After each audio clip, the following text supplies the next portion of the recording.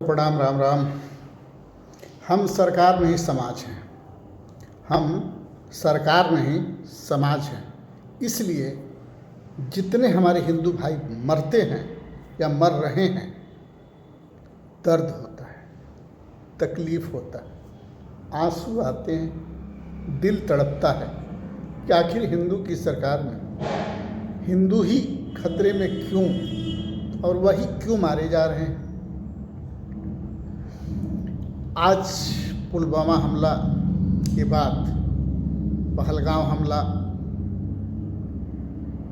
यह बता रहा है कि 2019 पुलवामा के नाम पर अच्छी वोटों से सरकार बनी। 2024 में कोई कांड नहीं किया गया तो सरकार नीचे आ गई। इसीलिए पहलगाम का कांड कराकर बिहार जीतने की तैयारी में सरकार लगी है। ऐसा हम नहीं कह रहे हैं, समाज कह रहा है, देश कह रहा है, मीडिया कह रही है। मोदी मीडिया नहीं कह रही है, सच्ची मीडिया कह रही है, और कह रही है कि बिहार का चुनाव बिना हिंदू मुसलमान किए नहीं जीत पाएंगे। इसलिए पहलगाम वाला कांड कराया गया है। पूछ पूछ कर, समझ समझ कर करने वाला, कराने वाला सब सरकार है। हम नहीं कह रहे हैं, समाज कह रहा है, मीडिया कह रही है, छोटे छोटे बच्चे कह रहे हैं कि सरकार 2019 जीतने के लिए पुलवामा जैसे कांड कराई और बिहार जीतने के लिए पहलगाम जैसे कांड कराई है। अगर ऐसा नहीं है तो जो लोग मारे गए हैं उनका दर्द समझने के लिए लाल कारपेट पर चलकर श्रद्धा सुमन अर्पित नहीं किया जा सकता, और प्रधानमंत्री आकर पाकिस्तान के साथ कुछ करते या पीओके को वापस ले लेते, यह छोड़कर वो बिहार में रैली कर रहे हैं। कुछ लोगों ने कहा कि वो विदेश से आए और कानपुर की रैली छोड़ दी, लेकिन जिस दिन कानपुर की रैली छोड़े उसी दिन वो बिहार में रैली किए। हमारे कहने का तात्पर्य है कि समाज के मन में जो गंदगी भर रही है, इस गंदगी को कैसे निकालेगी सरकार। ठीक है, बिहार में सरकार बन जाएगी, कुर्सी बच जाएगी, कुर्सी मजबूत होगी, सोने की हो सकती है, हीरे की हो सकती है, ज़्यादा दिन की हो सकती है, लेकिन जो लोगों के अंदर गंदगी बैठ रहा है, जो लोगों के अंदर सोच बदल रहा है, जो लोगों के अंदर आपके ऊपर शक हो रहा है, जो लोगों को आपसे घृणा टाइप का होने लगा है कि अपने चुनाव के लिए ये कुछ भी कर सकते हैं, नहीं तो ये तो सबसे बड़े गुंडा हैं, ये देश के प्रधानमंत्री हैं, इनसे बड़ा गुंडा कोई हो ही नहीं सकता है। एक थाने का इंचार्ज जो चाहता है सो करता है, चाहता है जेल भेज देता है, चाहता है छोड़ देता है, चाहता है हड्डियाँ चमड़ा छील देता है, चाहता है मार देता है। एक थाने का पुलिस या दरोगा इतना बड़ा गुंडा हो सकता है, तो देश का प्रधानमंत्री कितना बड़ा गुंडा हो सकता है। और देश का प्रधानमंत्री खुद जब गुंडा हो तो उस देश में बाहरी गुंडा कैसे आ जाते हैं। अगर आते भी हैं तो सारी व्यवस्थाएं इनके हाथ में है, तो इनको पता क्यों नहीं चलता है आखिर हिंदू क्यों मारे जाते हैं, और ठीक चुनाव से पहले मारे जाते हैं। इस पर तो विचार करना बनता है। अगर नहीं करना है तो कोई बात नहीं। एक समय की बात है, हमारे देश में कुछ बंदर ज़्यादा हो गए। जब बंदर ज़्यादा हो गए तो आपस में मीटिंग किए कि आखिर इस जंगल का राजा 75 वर्षों से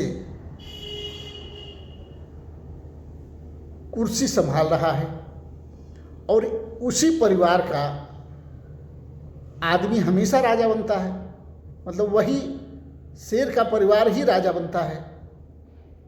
यह सोचकर बंदरों ने मीटिंग किया कि अरे यार, सिर्फ शेर का ही बच्चा राजा क्यों बनेगा, क्या हम राजा नहीं बन सकते।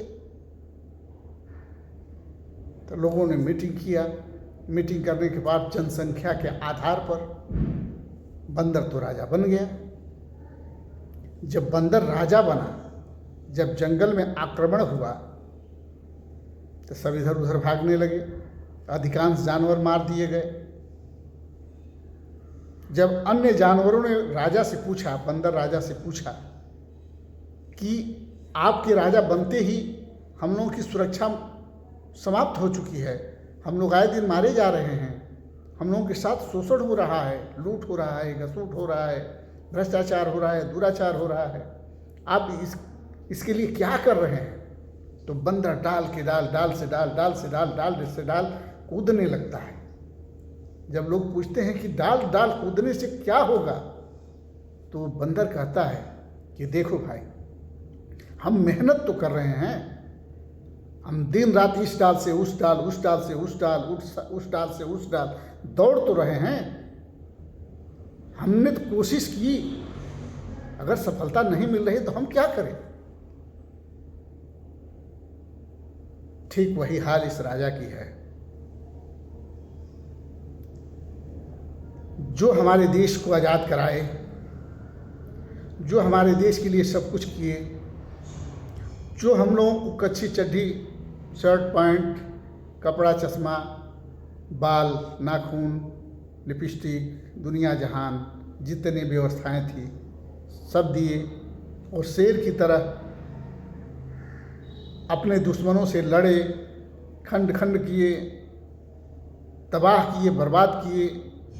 उस शेर को जाने के बाद जो देश की दशा है उसी बंदर राजा की तरह हो गई है।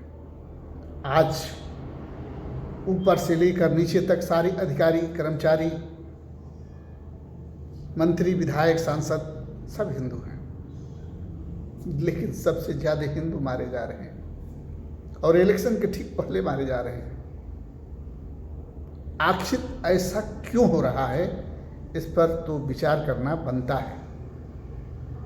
हम सरकार से कहना चाहते हैं कि अगर बिहार चुनाव अगर आप नहीं जीत पाए और पाकिस्तान पर कब्जा कर लिए, या आप सरकार पाकिस्तान के अंदर में जितनी ज़मीनें हैं उसको अपने अंडर में कर लिए, चीन की ज़मीनों को अंडर में कर लिए, तो क्या आपका वोट नहीं बढ़ेगा? बढ़ेगा। लेकिन यह काम छोड़कर आप रैली कर रहे हैं, आप चुनाव जीतने की तैयारी कर रहे हैं और उसको उसमें भजा रहे हैं। जो भाषण आपको पहलगांव में जाके देना चाहिए वो बिहार में दे रहे हैं, जो व्यवस्था पाकिस्तान में करना चाहिए वो बिहार में कर रहे हैं। आखिर आप चाहते क्या हैं?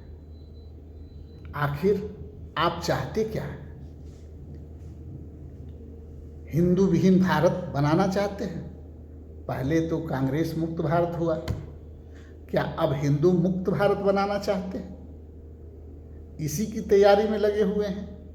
लेकिन आप जान जाइए, जिस दिन कांग्रेस मुक्त हुआ उसी दिन बीजेपी कांग्रेस युक्त हो गई। ठीक उसी प्रकार जिस दिन भारत हिंदू मुक्त होगा उसी दिन बीजेपी देश से मुक्त हो जाएगी। इस पर विचार कीजिए। आदमी की लाशों पर चलकर कब तक चुनाव जीतते रहेंगे? आदमी के सीने पर पैर रखकर कब तक झंडा उठाते रहेंगे? आदमी के सीने पर चढ़कर कब तक विदेश का भ्रमण करते रहेंगे? आदमी के मस्तक पर चढ़कर कब तक अपनी कुर्सी बचाते रहेंगे?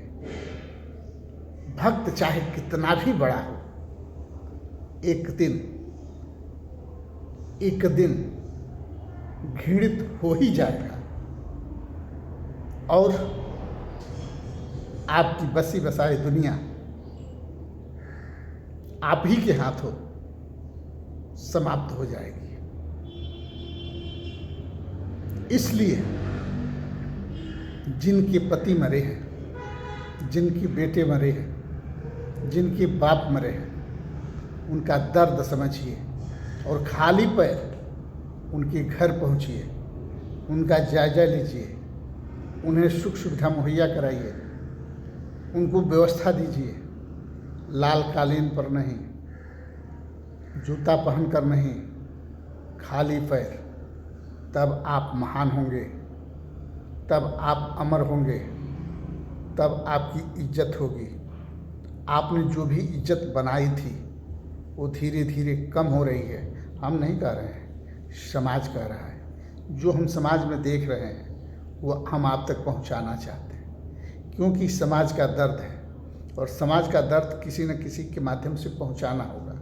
क्योंकि जो सरकार आतंकियों की खोज खबर नहीं ले सकती है, आतंकियों को आने से नहीं रोक सकती है, वो जनता की दुख दर्द अपने तक कब कैसे पहुंचा सकती है और उसका हल कैसे कर सकती है। इसलिए हम सरकार के हितैषी होने के नाते सरकार के दर्द के साथ साथ समाज का दर्द सरकार तक पहुंचाने का प्रयास कर रहा हूं। सरकार को अगर हमारी बात बुरी लगी हो तो क्षमा चाहते हैं, लेकिन अगर हम आपकी सरकार बनाए हैं तो हम चाहते हैं कि आपकी सरकार न बिगड़े। इसलिए हम अपनी आवाज़, समाज की आवाज़ आपके पास पहुंचाना चाहते हैं और आपको बताना चाहते हैं कि समाज चाहता है कि लाल कालीन पर नहीं, नंगे पैर मरे हुए लोगों की चिंता को समझें और उनके घर जाकर उन्हें श्रद्धा सुमन अर्पित करें और उन्हें यथाशीघ्र सुख सुविधा मुहैया कराकर उनके परिवार को शांति प्रदान करें। बिहार में प्रचार करने से, बिहार में रैली करने से, बिहार से पाकिस्तान को उड़ाने से, बिहार से आतंकियों को मरवाने से कुछ नहीं होने वाला है। ठीक है, आप वोट पा जाएंगे, ठीक है, आप जीत जाएंगे, क्योंकि समाज में अधिकांश अशिक्षित है। अशिक्षित लोग कभी नहीं समझ पाएंगे कि चुनाव जीतने के लिए सरकार कुछ भी कर सकती है, लेकिन जो पढ़े लिखे लोग हैं वो समझ रहे हैं। तो जितने आपकी वोटें बढ़ेगी उतने आपकी वोटें घटेंगी, लेकिन अनपढ़ ज़्यादा हैं इसलिए ज़्यादा वोट बढ़ेगा, तो कुर्सी ज़्यादा बढ़ेगी, आप जीत जाएंगे, हम मानते हैं। लेकिन कलंक ले करके जीतना, कुर्सी पाना अच्छी बात नहीं है। पहले से ही लांछित थे, पहले से ही कलंकित थे, फिर कलंक लगा। और आपकी सरकार जब से आई है तब से सबसे ज़्यादा हिंदू मरे हैं, चाहे पहलगाम का हमला हो, चाहे पुलवामा हमला हो, चाहे गुजरात की पुल टूटी हो, चाहे कुंभ हो, चाहे रेलवे स्टेशन हो, चाहे दिल्ली रेलवे स्टेशन हो। पूरे भारत में तहलका मचा हुआ है, सिर्फ हिंदू ही मर रहे हैं। और आप हिंदू राष्ट्र की बात करते हैं। क्या हिंदू राष्ट्र बना देंगे तो हिंदू सुरक्षित हो जाएंगे? संभव है? तो आखिर ऐसा नहीं हो सकता है, ऐसा नहीं कर सकते हैं, तो झूठे का सपना दिखाने से फ़ायदा क्या है। हम चाहेंगे कि आप लोग हमारी वीडियो को अधिक से अधिक लाइक शेयर करें, सब्सक्राइब करें, बेल आइकन दबा दें, ताकि हमारी बात प्रधानमंत्री जी के यहाँ पहुँच जाए और प्रधानमंत्री जी समाज के लिए कुछ करें। जय हिंद, जय भारत, जय सर्व समाज।